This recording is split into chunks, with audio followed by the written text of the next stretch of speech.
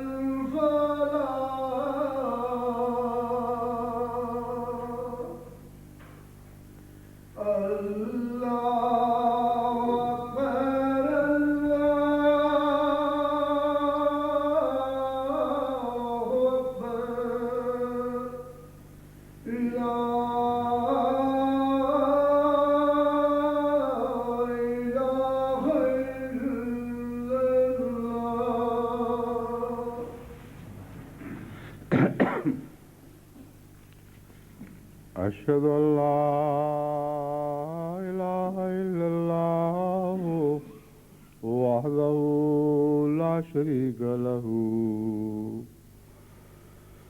وأشهد أن محمدا عبده ورسوله. أما بعد فأعوذ بالله من الشيطان الرجيم. بسم الله الرحمن الرحيم. الحمد لله رب العالمين الرحمن الرحيم مالك يوم الدين. إياك نعبد وإياك نستعين. اهدنا الصراط المستقيم صراط الذين أنعمت عليهم غير المغضوب عليهم ولا الضالين.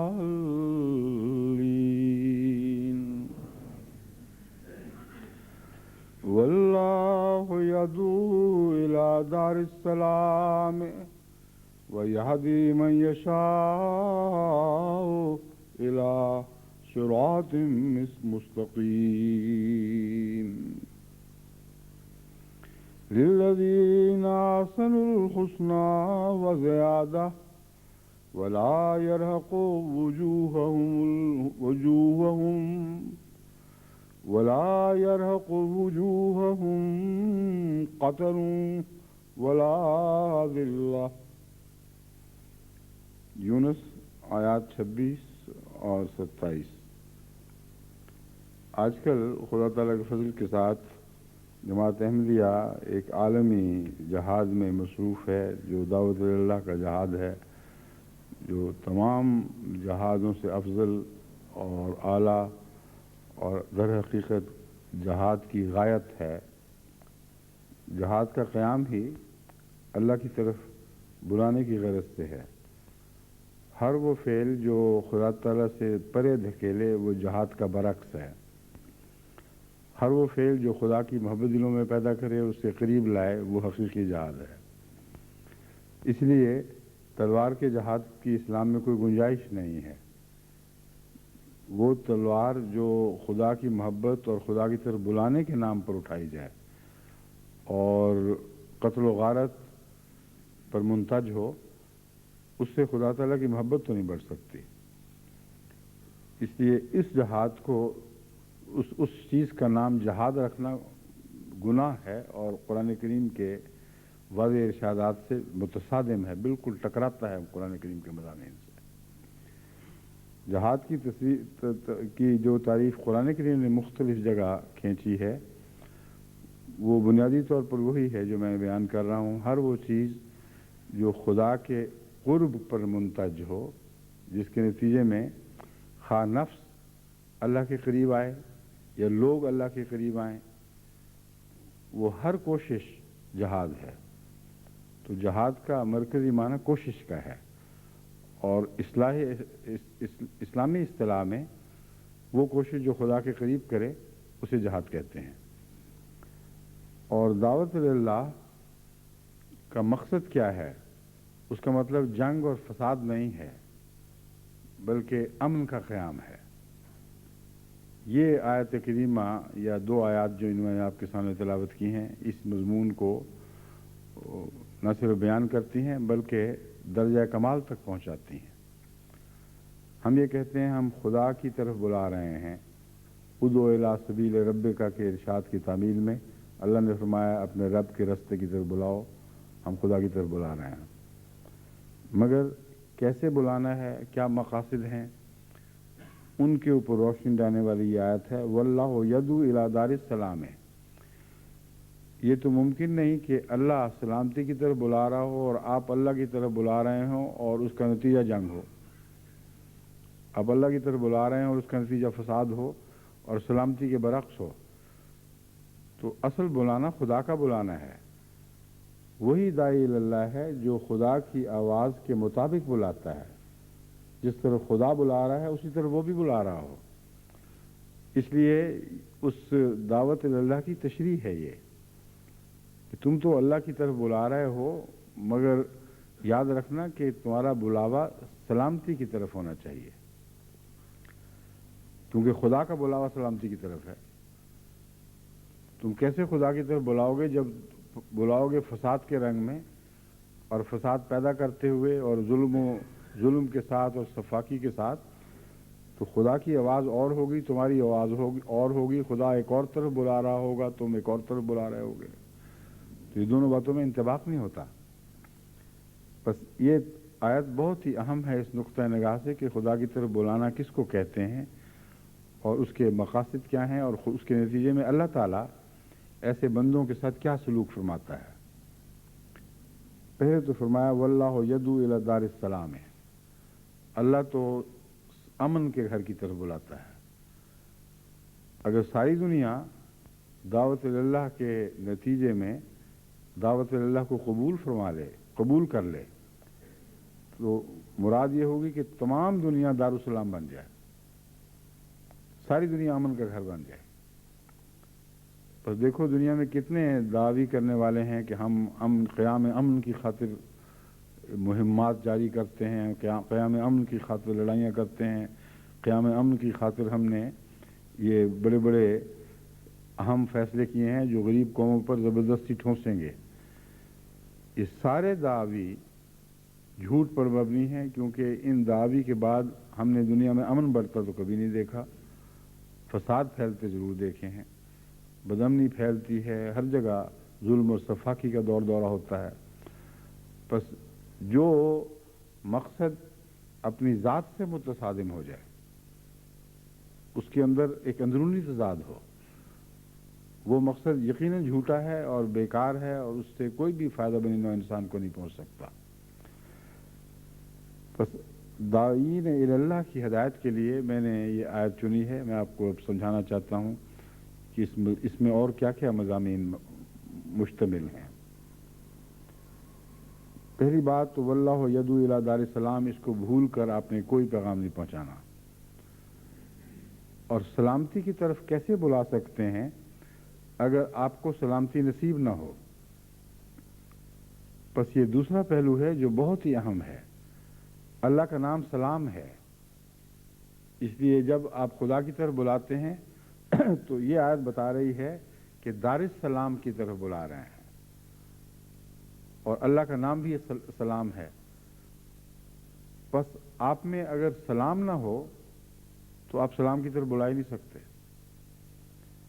اور امر واقعہ یہ ہے کہ ہر انسان اگر اپنی فطرت، اپنی طبیعت، اپنے مزاج کا جائزہ لے تو اسے خوب اچھی طرح معلوم ہو سکتا ہے کہ اس کی شخصیت کے کون کون سے پہلو سلام سے خالی ہیں. ان میں بدامنی ہے، ان میں بے چینی اور بے قراری ہے، اور تضادات کے نتیجے میں یہ باتیں پیدا ہوتی ہیں. بس دارالسلام کی طرف بلایا جا ہی نہیں سکتا جب تک کہ بلانے والی شخصیت اس بات پر کا جہاد نہ کرے کہ اس کے اندر سلام پیدا ہونا شروع ہو جائے اور اس کا گھر دارالسلام ہو جائے. کیونکہ اللہ تو دارالسلام کی طرف بلاتا ہے. اگر بلانے والا دارالسلام اپنے اندر رکھتا ہی نہ ہو تو وہ دارالسلام کی طرف بلانے کا مجاز نہیں. اگر مجاز ہے، یعنی خدا نے فرمایا کہ بلاؤ، تو بلائے گا تو صحیح، مگر بیکار بلائے گا، اس کا نتیجہ کوئی نہیں نکل سکتا. وَيَهْدِي مَن يَشَاءُ إِلَىٰ صِرَاطٍ مُسْتَقِيمٍ، فرمایا بلاتا تو ہے مگر زبردستی نہیں بلاتا، اور پہچانتا ہے کہ کون اس لائق ہیں کہ وہ اس گھر کی طرف لے جائے جائیں. بس جب من یشاء فرماتا ہے اللہ تعالیٰ تو یہ مراد نہیں ہے کہ ایسا فیصلہ کرتا ہے جو جبری فیصلہ ہے، جیسے انسان جو چاہے کرے. جب یہ آپ کہتے ہیں کہ انسان جو چاہے کرے تو ہمیشہ اس سے مراد یہ ہوتی ہے کہ وہ ایک جابر ہے، اس کی مرضی ہے، وہ مادر پہ آزاد ہے، جو اس کے من میں آئے کر گزرے، اس سے کوئی پوچھنے والا نہیں.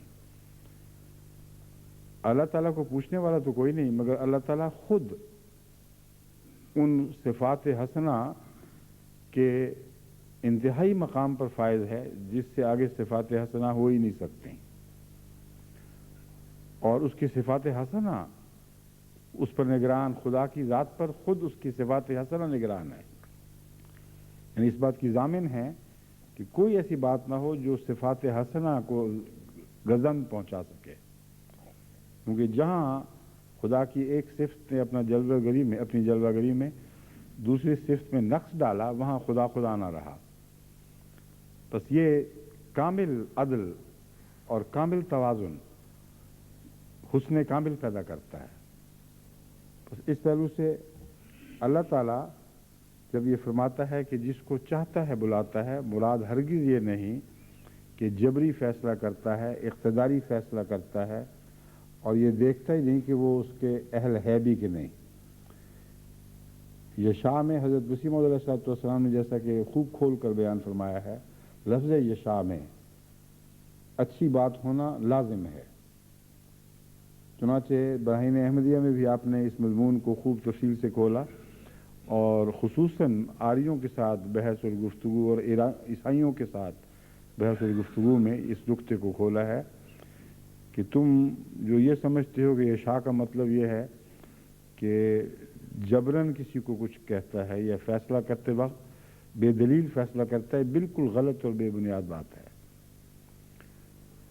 یشاء میں چاہنا ہے، اور اچھی چیز بری چیز چاہ ہی نہیں سکتی. ایک منصف مزاج ناانصافی چاہ ہی نہیں سکتا. ایک محبت کرنے والا نفرت چاہ ہی نہیں سکتا.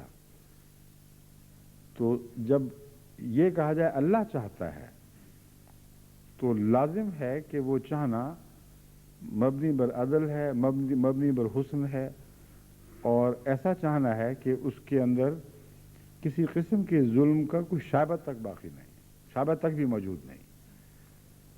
ان معنوں میں اللہ تعالیٰ فرماتا ہے خدا اللہ تعالیٰ دارالسلام کی طرف بلاتا ہے مگر سب نہیں آئیں گے. یہدی من یشاء،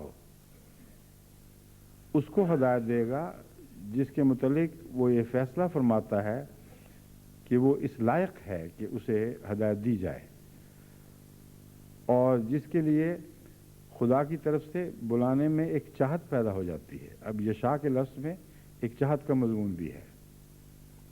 اب جو چیز چاہتے ہیں اس کی طلب کرتے ہیں، اس کی جستجو کرتے ہیں، اگر بے اختیار ہوں تو وہی طلب ایک بھڑکی میں تبدیل ہو جاتی ہے، ایک آگ سی سینے میں جل جاتی ہے کہ میں چاہتا ہوں اس کو مگر میرے اختیار میں نہیں کہ میں اسے بلا لوں. اور اللہ کے اختیار میں ہے.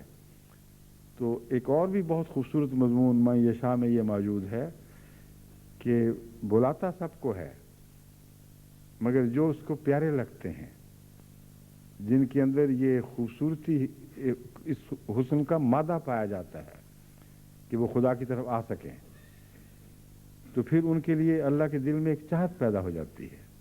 یعنی لفظ دل سے مراد وہ دل نہیں جو انسان کا دل ہے، مگر ایک مانوی طور پر ایک چیز دل کہلاتی ہے جو ارادے کا مرکز ہے یا چاہت کا مرکز ہے. تو ان معنوں میں اللہ کے دل میں بھی ایسے شخص کے لیے ایک چاہت پیدا ہو جاتی ہے، اور جب خدا کے دل میں چاہت پیدا ہو تو وہ آتا ہی آتا ہے، اس کے لیے نہ آنا ممکن ہی نہیں رہتا. بس دیکھو یہاں تلوار کا کون سا موقع ہے، کہیں جبر کی کون سی گنجائش باقی ہے. کہیں دنیا والے تو یہ کہتے ہیں کہ ہمارے اندر بھی جب جذب پیدا ہو جائے تو ایسا جذب بھی پیدا ہو سکتا ہے کہ دوسرے سے بنائے نہ بنے، مگر وہ جذب اگر پیدا ہو جائے تو پھر اگلے کے لیے بے اختیاری ہو جاتی ہے. تو اللہ کے اندر جب کسی کی چاہت پیدا ہو جائے، جب جذب پیدا ہو جائے تو پھر وہ آئے گا اور ضرور آئے گا. بس خدا کے بندے جو خدا کی طرف بلاتے ہیں ان کے لیے اس میں بہت ہدایت کے سامان ہیں. اس آیت کے اسی ٹکڑے میں عظیم مضامین بیان ہوئے ہیں کہ تم جن کو بلاتے ہو یاد رکھو، ان کے حسن پر نگاہ رکھو، اور کوشش یہ کرو کہ ان کے اندر جو بہترین مادے فطرت میں موجود ہیں ان کو اجاگر کرو، ان کو اٹھاؤ اور باہر لاؤ، ان کو جو دبے ہوئے ہیں اور مخفی ہیں. جس طرح ایک آگ کا متلاشی راکھ کو رید کر آگ کے چنگارے ڈھونڈتا ہے، ہر انسان میں کچھ خوبیاں مخفی ہیں، کچھ مدفون ہیں. ان پر نظر رکھو اور ان سے کام لو. جب وہ چمک اٹھیں گی، جب ان میں جس طرح شعلے میں آگ کے چنگارے میں یا جلتے ہوئے کوئلے میں جو چنگارا تو کہلاتا ہے مگر وہ بھی بھڑکا نہیں ہے، اس میں چنگاریاں اس سے اٹھنے لگیں اور اپنے گرد کو جلانے یا روشن کرنے کی اس میں صلاحیت پیدا ہو جائے، تو پھر وہ دیدہ زیب ہو جاتا ہے، وہ نظر کو کھینچنے لگتا ہے. تو اسی طرح مومن کے دل میں بھی کچھ نیکیاں دبی ہوتی ہیں، جب وہ اٹھتی ہیں تو پھر اللہ کی توجہ ان کی طرف پیدا ہوتی ہے. چنانچہ حضرت اقدس محمد مصطفیٰ صلی اللہ علیہ وآلہ وسلم کے متعلق فرماتا ہے کہ وہ ایسا نور تھا جو ویسے ہی بھڑک اٹھنے کو تیار تھا. وَلَوْ لَمْ تَمْسَسْهُ نَارٌ، آگ اسے چھوئے نہ چھوئے اس سے قطع نظر اس کی ذات میں شعلہ بننا اور چمک اٹھنا اور ماحول کو روشن کر دینا اس طرح شامل تھا کہ فطرتاً اس میں یہ مادہ پایا جاتا تھا، اس نے ہونا ہی تھا. یہ اس پر آسمان سے اللہ تعالیٰ کے نور کا شعلہ اترا ہے، فَنُورٌ عَلَى نور، وہ نور پر نور بن گیا.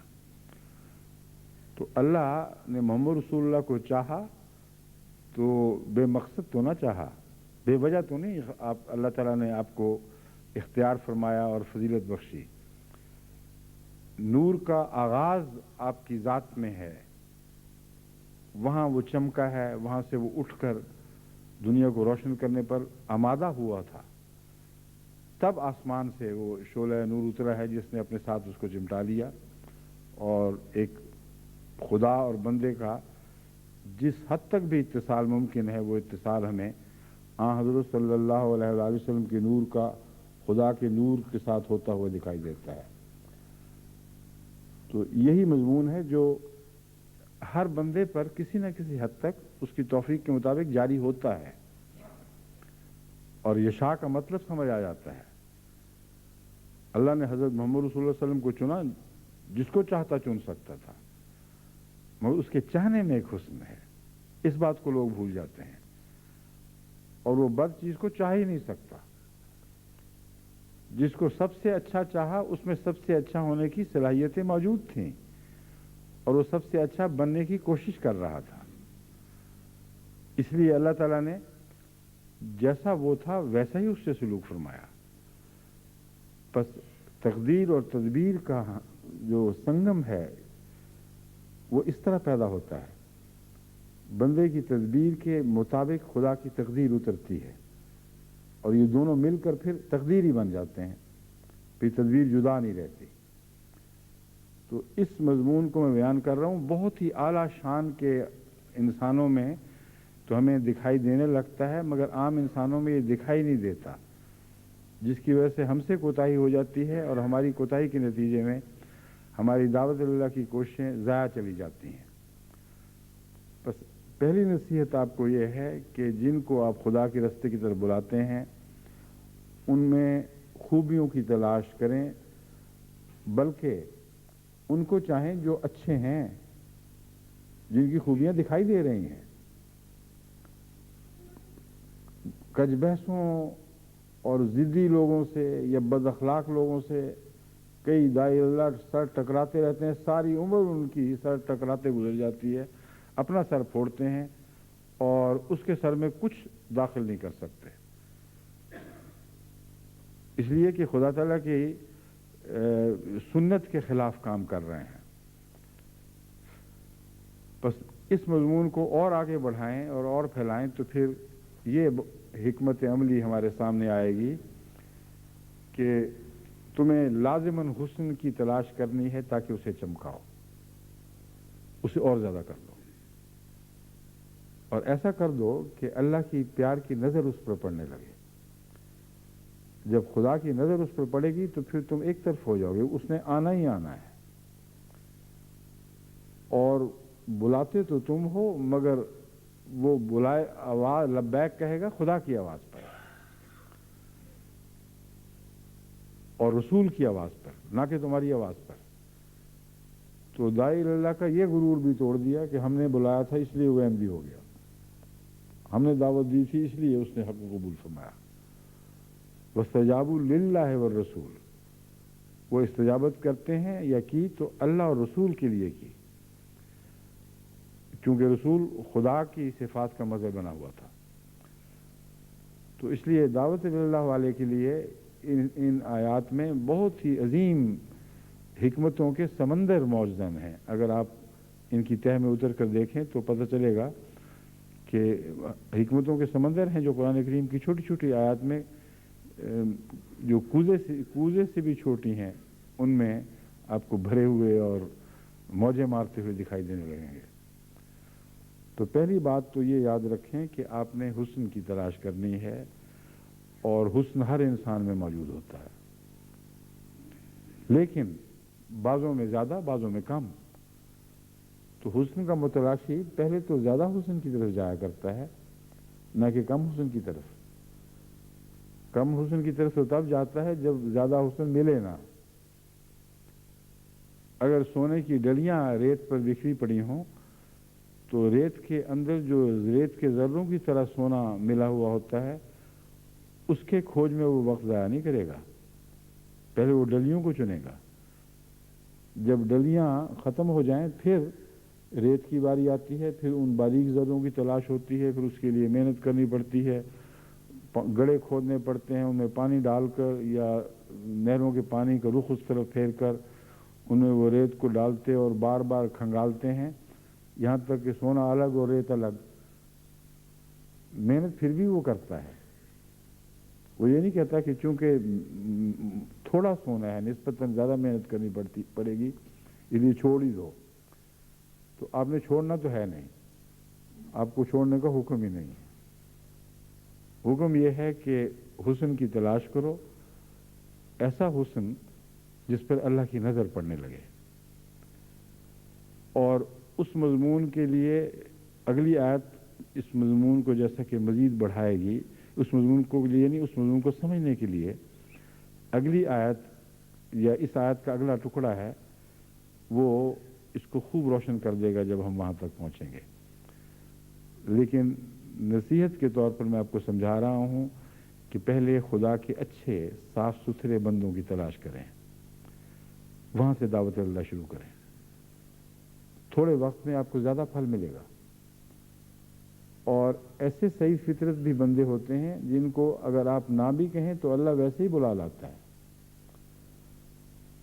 چنانچہ وحی کے ذریعے، کشوف کے ذریعے، الہامات کے ذریعے، ایسے واقعات کے نتیجے میں جو بظاہر اتفاقات ہوتے ہیں مگر جب ان پر آپ نظر ڈالتے ہیں تو اتفاق نہیں بلکہ وہ خدا تعالیٰ کی طرف سے ایک تقدیر جاری ہو رہی ہوتی ہے، اس لیے وہ اتفاق نہیں کہلا سکتے۔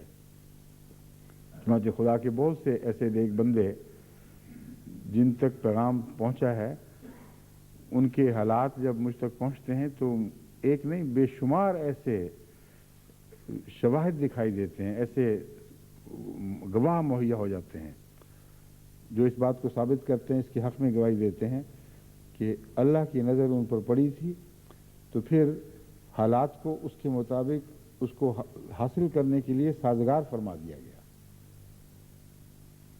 چلتے چلتے بظاہر ایک حادثے کے نتیجے میں اس کا رخ بدل جاتا ہے، بظاہر اتفاقاً ایک احمدی کے دروازے پہ دستک دیتا ہے، بظاہر اتفاقاً اسے اندر بلا لیا جاتا ہے، بظاہر اتفاقاً حضرت مسیح موعود علیہ السلام کی تصویر وہاں لٹکی دکھائی دیتی ہے، اور بظاہر اتفاقاً اس سے پہلے سے ہی خواب آئی ہوئی ہے کہ یہ وجود ہے جو مجھے بلا رہا ہے۔ تو سب جگہ کہنے والا کہے گا اتفاقاً اتفاقاً اتفاقاً، لیکن جو اس مضمون کو سمجھتا ہے وہ کہے گا بظاہر اتفاقاً۔ دیکھنے والا اتفاقاً بھی کہہ سکتا ہے مگر اتفاق کے سلسلے کو اتفاقاً نہیں کہہ سکتا۔ ہر چیز اتفاقاً ہو سکتی ہے۔ اتفاقاً اس نے کہیں تو جانا تھا، رستہ بھولنا تھا تو کسی گلی میں تو نکلنا تھا، اتفاقاً کسی کا دروازہ تو کھٹکھٹانا تھا، مگر اگر ہر اتفاق ایک خاص رخ کی طرف آگے بڑھ رہا ہو، اگر وہ گلی احمدی کی گلی نکلے، وہ دروازہ احمدی کا دروازہ نکلے، وہ احمدی موجود ہو اور ایسا حسن خلق رکھتا ہو کہ دروازہ کھٹکھٹانے والے کو اندر آنے کی دعوت دے اور اس کی خاطر مدارات کرے، اور وہاں تصویر لٹکی ہو جو اتفاقاً بھی ہو سکتی تھی، مگر اسی کمرے میں بٹھائے جہاں حضرت مسیح علیہ السلام کی تصویر ہو، اور پھر خواب آئیے تو اتفاقاً۔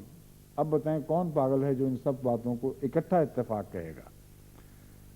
تو ہر اتفاق میں تنہائی پائی جاتی ہے، جہاں دو اتفاق اکٹھے ہوں وہاں اتفاق کی بجائے کسی تجویز کا مضمون ابھرتا ہے کہ مجوزہ بات ہے کوئی، تین ہو جائیں تو اور بھی زیادہ اس بات کا امکان شروع ہو جاتا ہے کہ سوچی سمجھی تدبیر ہے، اور جب اس سے زیادہ ہو جائیں تو پھر تو اتفاق کہنا ہی حد سے زیادہ بے وقوفی ہے۔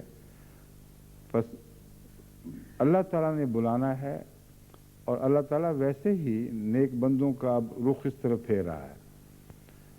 چنانچہ حضرت مسیح موعود علیہ السلام فرماتے ہیں آ رہا ہے اس طرف احرار یورپ کا مزاج، نبض پھر چلنے لگی مردوں کی ناگاہ زندہ وار۔ تو خدا کی تقدیر یہ فیصلے کرتی ہے کہ کب موسم آیا ہے پھل کے پکنے کا، کب نیک روحوں کو سمیٹنے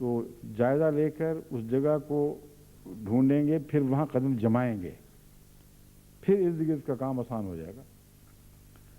تو کسی انسان کو دعوت دے کر بلانے سے پہلے اس کے دل میں وہ جگہ تو ڈھونڈیں جس میں آپ کا قدم صدق، آپ کی سچائی کا قدم مضبوطی کے ساتھ گڑ جائے، اور وہ خوبیوں کی جگہ پہ ہوگا۔ یہ ایسا ہونا صرف خوبی کی جگہ پر ممکن ہوگا، یہ نہیں کہ ہر اس کی عادت کے ساتھ اپنا تعلق باندھ لیں۔ اگر اکثر بد ہے تو آپ کو بد ہوئے بغیر اس سے تعلق قائم ہو ہی نہیں سکتا۔ بس خوبی کے لیے خوبی کی تلاش کرنا اور اس سے تعلق باندھنا ضروری ہے، پھر ماحول کو رفتہ رفتہ خوبیوں میں تبدیل کرنے کا کام ممکن ہے۔ اور وہ شخص جس کے ساتھ یہ تعلق قائم ہو، اللہ تعالیٰ کے فضل کے ساتھ وہ ضرور آپ کی نیکی سے پہلے سے زیادہ مغلوب ہوتا چلا جاتا ہے اور متاثر ہوتا چلا جاتا ہے۔ بچوں کی تربیت میں بھی یہی حساب ہے۔ کسی بچے کو مائیں ڈانٹ ڈانٹ کر ٹھیک کرنے کی جتنی مرضی کوشش کرنے کبھی بھی نہیں ہوتا، بلکہ بعض وقت بغاوت پیدا ہوتی جاتی ہے، ضد ہوتی چلی جاتی ہے۔ جو میں جب دورے کرتا ہوں تو بسا اوقات مائیں ایسے بچوں کو لے کے آتی ہیں، کہتے ہیں ہماری تو بات ہی نہیں مانتا ہے، تو سرکش ہی ہوتا چلا جا رہا ہے۔ اور جب وہ کہہ رہی ہوتی ہیں، اس کے بچے میں کی آنکھوں میں غیظ و غضب میں دیکھ رہا ہوتا ہوں، اور بھی زیادہ متنفر ہو رہا ہوتا ہے اپنے ماں باپ سے کہ ہمیں تو یہ ملانے کے لیے لائے تھے کہ ٹیلی ویژن پہ ہم جس کو دیکھا کرتے تھے اس سے ملاقات ہوگی اور وہ ہمیں چاکلیٹ بھی دے گا، تو اس کو تو ہمارا دشمن بنا رہے ہیں یہ شخص۔ تو وہ پہلے سے زیادہ متنفر ہو جاتے ہیں۔ پھر میں ان کو آگے بلاتا ہوں پیار سے، اور کافی ان میں غصہ آ چکا ہوتا ہے اس وقت تک، پیار کر کے تھپکا کر آہستہ آہستہ باتیں کر کے ان کا خوف دور کرتا ہوں۔ کہتا ہوں ماں باپ کی بات نہ سنو، تم تو اچھے ہو، اندر سے تم اچھے ہو نا آخر۔ کہتے ہاں ہم اچھے ہیں۔ تو جب وہ اپنی اچھائی تسلیم کر لیتے ہیں تو پھر آہستہ آہستہ بعض ماں باپ بھی بتانے لگ جاتے ہیں پھر کہ ہاں اس میں یہ بات تو ہے۔ تو میں نے کہا جب یہ بات ہے تو کیوں آپ نے اس کو بد بنا کے پیش کیا؟ پھر اس سے باتیں ہوتی ہیں، اور رفتہ رفتہ بلا استثناء آج تک میں نے کبھی اس حکمت عملی کو جو خدا کی سکھائی قرآن کی حکمت عملی ہے ناکام ہوتے نہیں دیکھا۔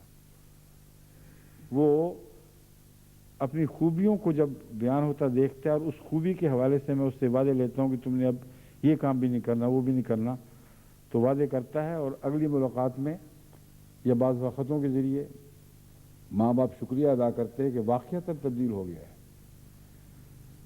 اور پھر وہ مستقل تبدیلی رہتی ہے۔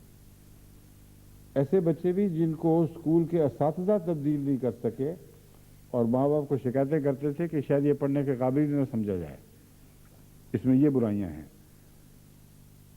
جب ان سے اس طریق پر بات کی جو خوبصورتی کی تلاش اور خوبصورتی پر عمل درآمد کر کے اس کے اندر نیا حسن پیدا کرنا ہے، تو اس کے بعد یعنی ایسی مثالیں ہیں جو معین میں بیان کر رہا ہوں، کوئی فرضی باتیں نہیں کر رہا۔ اس کے ماں باپ نے بتایا کہ اساتذہ نے تعریف کی ہے اس کی اب کہ اس بچے میں تو انقلاب آ گیا ہے۔ تو آپ نے جو باتیں بچے میں انقلاب کرنے کے لیے کرنی ہیں وہ ساری دنیا میں وہی کام آئیں گی۔ ان باتوں میں فطرت، انسانی فطرت ہے جو مرکزی نقطہ ہے، وہ ہر بچے، بوڑھے، جوان، مرد، عورت سب میں برابر ہوتی ہے، اور یہ حکمت عملی ہے جو دنیا کو دعوت اللہ کی طرف بلانے میں کامیاب ہوگی۔ تو اپنے تعلقات بڑھائیں، محض پیغام نہ دیں، گرد و پیش احسان کا مضمون جاری کریں، اور پھر خوبیوں پر نظر رکھتے ہوئے ان کی خوبیوں کو آگے بڑھائیں۔ جب خوبیوں میں ایک قسم کا بڑھنے کا مادہ از خود جاگ اٹھے گا تو آپ سمجھیں گے کہ آپ کام کر رہے ہیں، دراصل اللہ کی تقدیر کام کرتی ہے، وہ ٹیک اوور کر لیتا ہے اللہ تعالیٰ، اور پھر اسے کھینچ کر اپنی طرف لے آتا ہے۔ چنانچہ یہ آیت اس مضمون کو آگے بڑھاتے ہوئے یوں کہ بیان کرتی ہے، میں یہدی من یشاء الی صراط مستقیم، پھر جسے اللہ تعالیٰ پسند کرنے لگتا ہے اسے صراط مستقیم کی طرف لے آتا ہے۔ من یشاء میں کون من ہے؟ للذین احسنوا، یہ جو فعل ہے اللہ تعالیٰ کا، یہدی من یشاء، یہدی للذین احسنوا ہے، اصل میں لے کا تعلق یہدی سے لگتا ہے، اور بھی اس میں مضامین ہیں، اگر وقت اجازت دے گا تو میں آپ کو سمجھاؤں گا، لیکن پہلی بات یاد رکھیں کہ اللہ ان کو ہدایت دیتا ہے جو احسنوا، جو اپنی بدیوں کو دور کر کے حسن میں تبدیل کرتے ہیں۔ احسنوا کا جو لفظ ہے یہ بہت وسیع معنی رکھتا ہے۔ ایک یہ کہ خدا تعالیٰ وہ لوگ جو احسان کریں کسی پر، ان کا اللہ مددگار بن جاتا ہے۔ دوسرا یہ کہ وہ دوسروں کی بدی کو دور کر کے حسن میں تبدیل کریں۔ تیسرا یہ کہ اپنے حسن کو اور بھی زیادہ اجاگر کریں۔ بس یہ تین چیزیں بیک وقت شروع ہونی چاہیے اور ساتھ ساتھ چلتی رہنی چاہیے۔ بس للذین کا ایک معنی تو یہ ہے کہ ہدایت ان کو دیتا ہے، دوسرا یہ آیت اپنی ذات میں، آیت کا یہ ٹکڑا اپنی ذات میں ایک مکمل الگ مضمون بھی رکھتا ہے، اور وہ اس طرح ہوگا کہ للذین احسنوا الحسنی وزیادہ، وہ لوگ جو احسان کرنے والے ہیں ان کے لیے حسنہ ہے۔ یہاں الحسنہ جواب ہو جائے گا للذین کا، وہ لوگ جو احسان کرنے والے ہیں ان کا کیا ہے؟ ان کے لیے حسنہ ہے، وزیادہ، بلکہ اس سے بھی زیادہ ہے۔ اب حسنہ کیا ہوتی ہے؟ حسنہ کا عام معنی تو ہے اچھی بات، لیکن اہل لغت بیان کرتے ہیں کہ حسنہ کسی خوبی کا درجہ کمال تک پہنچنا ہے، اور اس کو سپرلیٹو ڈگری جو انگریزی میں کہا جاتا ہے وہی حسنہ کے ساتھ حسنہ پر بھی صادق آتا ہے۔ افضل التفضیل کا جو صیغہ ہے، جو معنی اس میں پائے جاتے ہیں وہ حسنہ لفظ میں پائے جاتے ہیں، سب سے اچھی، سب سے اعلیٰ۔ تو للذین احسنوا کو اگر اب احسنوا فعل کو الگ بیان کر کے ذرا رکیں اور پھر کہیں الحسنہ ان کے لیے حسنہ ہے، تو گویا یہ آیت کا یہ ٹکڑا اپنی ذات میں ایک مکمل آیت بن جاتی ہے، اور یہ ایسی بات ہے جو اس کو کھینچ تان کر بنانے کی ضرورت نہیں، بین ہی یہی معنی اس کے اندر داخل ہے۔ بس للذین احسنوا وہ لوگ جو اس کام میں مصروف ہوتے ہیں کہ دوسروں پر احسان کر رہے ہیں، دوسروں کے حسن کو بہتر بنا رہے ہیں، پھر خدا کی تقدیر ان کے اندر بھی ان کے حسن کو بڑھانے لگتی ہے، یعنی یہ جزا کے طور پر ہے۔ اور لفظ زیادہ نے صاف بتا دیا کہ جزائی مراد ہے، کیونکہ خدا تعالیٰ بندے کے اعمال کی جزا ان کے حقوق سے ہمیشہ زیادہ دیتا ہے۔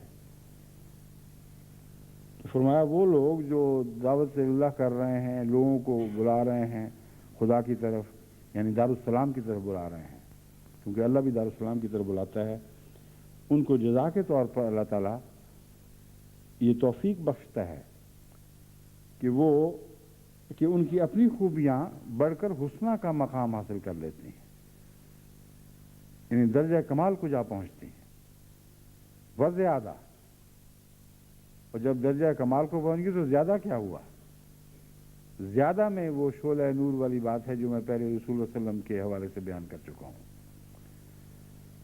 حضرت صلی اللہ علیہ وآلہ وسلم کا حسن اس آیت میں جو آیت نور ہے اس میں درجہ کمال تک پہنچتا ہوا دکھایا جا رہا ہے، اس سے آگے وہ بڑھ نہیں سکتا، بھڑک اٹھا ہے۔ پھر زیادہ کیسے ہوا؟ اس لیے کہ اللہ کا نور اس پہ اتر آیا، اور جب اللہ کا نور اتر آیا تو انسانی درجہ کمال کا مقام ختم ہو گیا، پھر خدا کے کمال میں سفر کا مضمون شروع ہو جاتا ہے، اور وہ لامتناہی ہے۔ بس بہت ہی عظیم اجر کا دعویٰ ہے جو داعین الی اللہ کے لیے ہے، کیونکہ سارا مضمون ہی وہ ہے، اور اتنا عظیم الشان دعویٰ ہے کہ جس کی کوئی انتہا نہیں، کوئی آخری اس کا کنارہ نہیں ہے۔ جو لوگ بھی خدا کی خاطر حسن پیدا کرنے کی کوشش کریں گے اور حسن کے ساتھ احسان کریں گے لوگوں پر، ان کے لیے خدا وعدہ فرماتا ہے کہ ان کے حسن کو، اس حسن کی صلاحیتوں کے آخری کناروں تک پہنچا دے گا، جس سے بڑھ کر انسان میں حسن ہو نہیں سکتا۔ جب وہاں پہنچ گیا، اپنے درجہ کمال کو پہنچ گیا، پھر اپنے حسن کا نور ان پر اتارے گا، اور پھر کوئی اس کی انتہا نہیں ہے۔ زیادہ ہی بس ایک لفظ ہے جو بیان کیا جا سکتا ہے، کیونکہ زیادہ میں سب سے زیادہ کی بحث نہیں چھڑی گئی، ہو ہی نہیں سکتی تھی۔ ان کا نور پھر خدا کے تعلق کی بنا پر اس سے وصل کے نتیجے میں بڑھتا چلا جاتا ہے۔ بس آپ دعوت اللہ کے اس اعلیٰ عرفان سے آراستہ ہو کر جو اس آیت کریمہ نے ہمیں عطا فرمایا ہے، پھر سفر شروع کریں، ان لوگوں کی تلاش کریں جن کو خدا کی طرف بلانا ہے، ان کی خوبیوں پر نظر رکھیں، ان کی تلاش کریں، جس سے اللہ خوبیوں پر نظر رکھتا ہے اور تعلق جوڑتا ہے۔ بین یہی مضمون ہے جو یہاں ہمارے سامنے رکھا گیا ہے۔ چنانچہ حضرت اقدس محمد مصطفیٰ صلی اللہ علیہ وآلہ وسلم بندے اور خدا کے تعلق میں یہی معرفت کا نقطہ بیان فرماتے ہیں کہ اللہ کا غیر اللہ سے تعلق کیسے قائم ہو سکتا ہے۔ ہر غیر اللہ محدود ہے، ہر غیر اللہ کوئی نہ کوئی نقص رکھتا ہے۔ ہر انسان خواہ کتنا بھی خوبصورت دکھائی دے، جب خدا کے زاویہ نظر سے اس کو دیکھیں گے تو اس میں نقائص دکھائی دیں گے، اس میں کمزوریاں نظر آئیں گی۔ اول تو بندوں کے نقطۂ نظر سے بھی بے شمار کمزوریاں ہیں۔ انسان کا اپنا نقطۂ نظر جو ہے، جہاں سے وہ اپنی ذات کو جانچتا ہے، اگر وہ اچھا اور سچا ہو تو انسان اپنے اندر اتنی بدیاں پائے گا کہ اس کے ہوش و حواس گم ہو جائیں گے۔ وہی ظفر کا شعر جو میں پہلے بھی کئی دفعہ بیان کر چکا ہوں، ہر دفعہ اس موقع پر مجھے یاد آتا ہے، چونکہ اچھا ہے اس لیے میں اس کو بار بار بیان کرنے سے تھکتا نہیں۔ بہادر شاہ ظفر نے اس نقطے کو اردو شعر میں بہت عمدگی سے بیان کیا۔ وہ کہتا ہے، نہ تھی حال کی جب ہمیں اپنے خبر، رہ دیکھتے اوروں کے عیب و ہنر۔ اپنے حال سے جب تک غافل تھے، لوگوں کی عیب و ہنر تلاش کرتے رہے۔ بڑی اپنی برائیوں پر جو نظر، تو نگاہ میں کوئی برا نہ رہا۔ اپنی برائیاں دکھائی دینے لگیں تو اتنی زیادہ تھیں کہ ان کے مقابل پر کوئی بھی برا دکھائی نہیں دیا۔ اب بظاہر یہ ایک شعری مبالغہ ہے، لیکن میرے نزدیک ظفر نے خواہ حقیقت کو پہچان کر کہا تھا یا شعر کو خوبصورت بنانے کے لیے کہا تھا، جو بات کہہ گیا وہ بات بالکل سچی ہے۔ کیونکہ انسان دوسرے کی برائیاں زیادہ دیکھ سکتا ہی نہیں، جتنی مرضی تلاش کر لے۔ ہر انسان نے اپنی برائیوں پر اتنے پردے ڈھانپے ہوئے ہوتے ہیں اور اتنی احتیاطیں برتی جاتی ہیں کہ اس کی برائیاں دکھائی دینا شاذ کا کام ہے۔ وہ جو بد آپ کو دکھائی دیتے ہیں، بے حیا بھی ہوں، تبھی آپ کو نہیں پتا کہ جو دکھائی دے رہی ہیں برائیاں، وہ جس طرح ایک آئس برگ کی ٹپ ہوتی ہے، برف کا تودہ جو سمندر میں تیر رہا ہے، 1/10 صرف نظر آتا ہے اس کا، باقی سب چھپا ہوتا ہے۔ تو برائیاں تو ساری کی ساری تو کسی کی پتہ لگ ہی نہیں سکتی، صرف ایک ہے وجود جس کی برائیاں آپ کو پتہ لگ سکتی ہیں، وہ آپ کا اپنا وجود ہے۔ اور اگر آپ دیانتداری سے اپنی برائیاں تلاش کر لیں تو نگاہ میں کوئی برا نہ رہا، والا مضمون ضرور سچائی کے ساتھ صادق آئے گا۔ پر جب یہ حال ہے انسان کا، تو اللہ کا تعلق کیسے قائم ہو جائے؟ بدوں کے ساتھ تو تعلق نہیں قائم ہوا کرتا۔ اس نقطے کو حضرت صلی اللہ علیہ وآلہ وسلم نے جس طرح سمجھایا، حیرت انگیز۔ رسول اللہ صلی اللہ علیہ وسلم کی ایک ہی بات پر دل بے اختیار عاشق ہوتا ہے، اچھل اچھل کر، جس طرح دودھ کے لیے بچے کا دل اچھلتا ہے اور بچے کی پکار پر ماں کا دل اچھلتا ہے، اس طرح حضرت محمد رسول اللہ صلی اللہ علیہ وسلم کی ہر بات پر طالب حق کا دل بے اختیار سینے میں اچھلنے لگتا ہے۔ دیکھیں کیسا نقطہ بیان فرمایا۔ فرمایا خدا کی مخلوق ہے، ناممکن ہے کہ وہ کلیتاً حسن سے خالی ہو، کیونکہ جب خالق حسین ہے تو اس کے نقش کو چاہے جتنا مرضی آپ گندا کر دیں، کہیں نہ کہیں سے اس کا حسن ضرور جھانکے گا۔ مٹی ہوئی چیزیں بھی اپنے سابقہ حسن کی داستان خود دہراتی ہیں۔ کھنڈروں کو دیکھیں، بڑی بڑی عمارتوں، بڑی بڑی عظیم بڑے بڑے عظیم محلات کے کھنڈر بھی بظاہر جنوں بھوتوں اور گیدڑوں اور بچھوں اور سانپوں کی آماجگاہ بن جاتے ہیں، مگر جب آپ ان کا معائنہ کرتے ہیں، دیکھتے ہیں تو آپ کو دکھائی دیتا ہے کہ کسی زمانے میں بہت خوبصورت عمارتیں تھیں، کیونکہ حسن کا نقش کلیتاً مٹ ہی نہیں سکتا۔ پر اس پہلو سے اللہ تعالیٰ کی تخلیق کے متعلق یہ خیال کر لینا کہ وہ کلیتاً بد ہی ہو گئی، کوئی انسان حسن سے کلیتاً عاری ہو گیا، یہ ہو ہی نہیں سکتا۔ تو حضرت صلی اللہ علیہ وسلم فرماتے ہیں کہ اللہ جب بندے سے تعلق رکھتا ہے تو اس حسن کے مقام پر اپنے قدم صدق کو جماتا ہے، وہاں اپنا سچائی کا قدم رکھتا ہے جو حسین اور ستھرا مقام ہے۔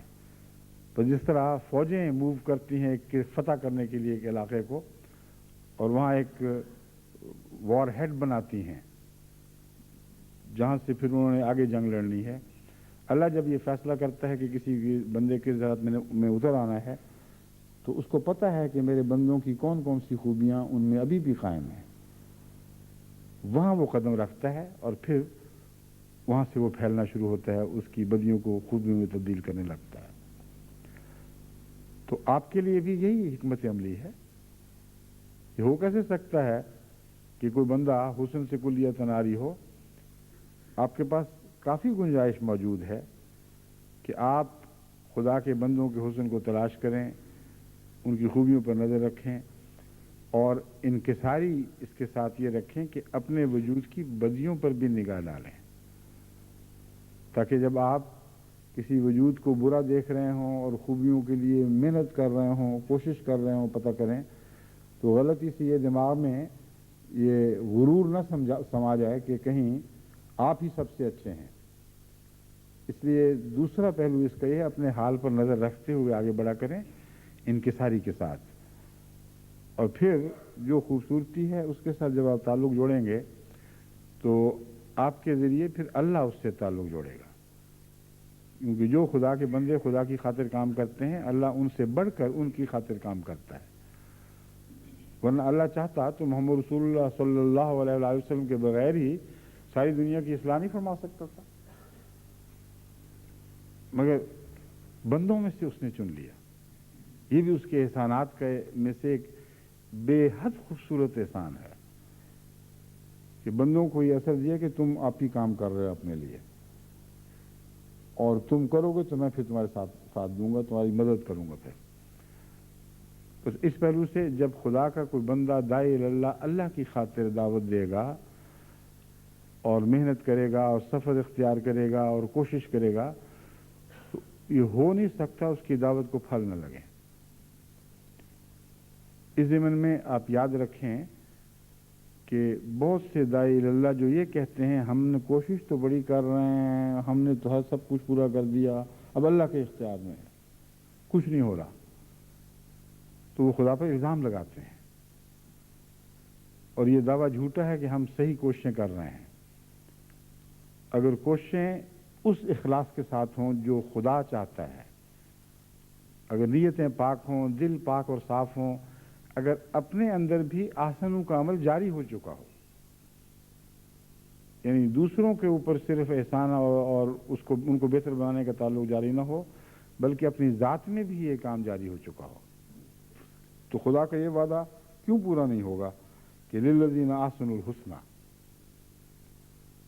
کہ جو لوگ اپنے آپ کو اچھا بنانا چاہتے ہیں، پہلے تو میں نے دوسروں کے حوالے سے بات کی تھی، اب میں اس حوالے سے آپ کو سمجھا رہا ہوں، ان کے لیے تو لازم ہے کہ اللہ ان کو حسنہ عطا کرے گا، وزیادہ، اور بھی زیادہ میں ایک اور مضمون یہ ہے کہ بہت سی خوبیاں جن کا جن کا آغاز کے لحاظ سے بھی کوئی وجود ان میں نہیں تھا، یعنی ان سے کام شروع ہو ہی نہیں سکتا تھا، وہ نئی خوبیاں بھی ان کو عطا کرنے لگے گا۔ تو ایک زیادہ کا وہ مفہوم تھا کہ اللہ اپنے فضل کے ساتھ اپنے حسن کا ان کے ساتھ رابطہ قائم کر لے گا۔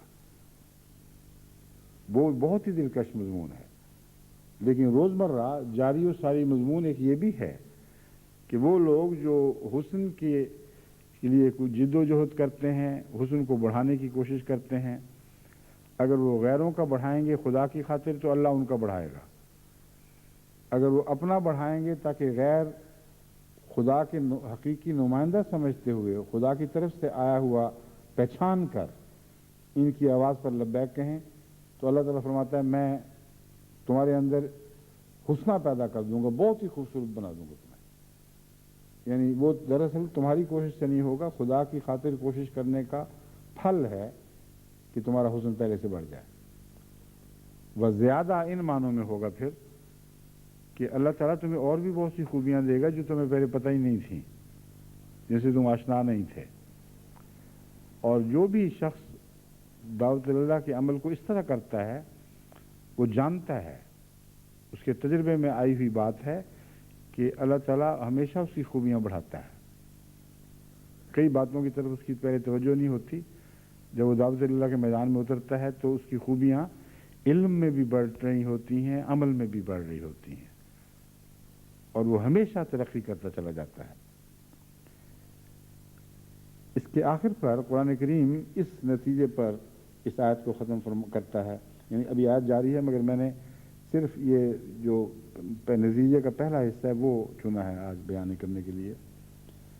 وَلَا يَرْهَقُ وُجُوهَهُمْ قَتَرٌ وَلَا ذِلَّةٌ، ایسے لوگوں کے چہروں پر خدا کبھی سیاہی نہیں چڑھنے دے گا اور کبھی ان کو ذلیل اور ناکام نہیں ہونے دے گا۔ کتنا عظیم الشان دعویٰ ہے، کتنا عظیم الشان وعدہ ہے۔ حسن تو انسان کی اپنی ذات کے حوالے سے اس کو پتہ لگ ہی جائے گا جب بڑھے گا، لیکن دشمن تو بدی کی تلاش میں رہتا ہے، اور دشمن بعض دفعہ خدا کی طرف سے عطا فرمودہ حسن کو پہچانتا ہی نہیں، کیونکہ اس کی غلیظ گندی نظر صرف بدیوں کی تلاش میں ہے، اور بعض دفعہ اتنی زہریلی ہو جاتی ہے کہ اس کو حسن بھی برا دکھائی دینے لگتا ہے، جس کے مذاق ہی بدل جائیں ان کو حسن اچھا نہیں لگتا۔ اب اس چند دن ہوئے ایک جگہ سے یہ اطلاع ملی کہ ہمارے بچے تو ایم ٹی اے کے کو میں دلچسپی نہیں لیتے، اس لیے ایم ٹی او کو ایسا بنائے کہ وہ دلچسپی لینے لگے۔ میں ان کو لکھوا رہا ہوں کہ آپ وہ ٹیلی ویژن کو نہیں دکھاتے جس میں ان کو دلچسپی ہے، ہمارے ٹیلی ویژن کو ویسے کو بنوا رہے ہیں جس میں ان کو دلچسپی ہے۔ وہ گندگی کے پروگرام ہیں، وہ جنوں بھوتوں کے پروگرام ہیں، وہ آفتوں کے، ڈائنوں کے، بلاؤں کے پروگرام ہیں، خوفناک وجود جو آسمان سے اتر رہے ہیں، دنیا کے وجود کچھ ان کے مقابلے کر رہے ہیں، فرضی کہانیاں، جھوٹے قصے، آپ نے ان کے مذاق بگاڑ دیے ہیں، تو ہم کیوں اپنے ٹیلی ویژن کا مذاق بگاڑیں؟ ان کو ان میں کوئی دلچسپی نہیں ہوگی، بس وہ حسن کو برا دیکھ رہے ہیں۔ جن لوگوں نے اپنے بچوں کو اس حد تک دنیا کے گندے ذوق سے لذت اندوز ہونے کی چھٹی دے رکھی تھی، اب ذوق بگڑ رہے ہیں، اب ہمیں کہتے ہیں ہم اپنا مزاج ان کی خاطر بگاڑ دیں۔ یہ تو نہیں ہو سکتا۔ آپ کے بچوں کا جو مزاج ہے وہ آپ نے بگاڑا ہے، آپ کا یہ حق نہیں کہ ہمارا مزاج بھی بگاڑے آپ۔ اور ہم جو سچا ذوق اور سچائی کی محبت پیدا کرنا چاہتے ہیں، اس لیے کہ آپ کے بچوں کو دلچسپی نہیں، ہم یہ بات چھوڑ دیں، یہ نہیں ہو سکتا۔ اور اگر وہ اچھی باتوں میں دلچسپی نہیں لیں گے تو آپ کی آنکھوں کے سامنے دیکھتے دیکھتے آپ کی رسمیں ضائع ہو جائیں گی، کوئی ان کو سنبھال نہیں سکتا۔ اس لیے اول تو یہ بھی ایک متکبرانہ بات ہے کہ جی ہمارے بچے تو بڑے اونچے ہیں آپ کے ٹیلی ویژن سے،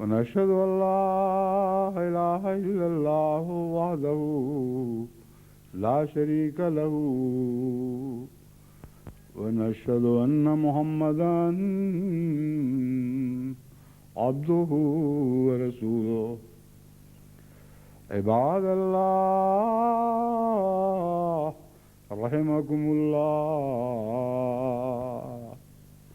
إن الله يأمر بالعدل والإحسان وإيتاء ذي القربى وينهى عن الفحشاء والمنكر والبغي يعظكم لعلكم تذكرون. اذكروا الله يذكركم وادعوه يستجب لكم ولذكر الله أكبر.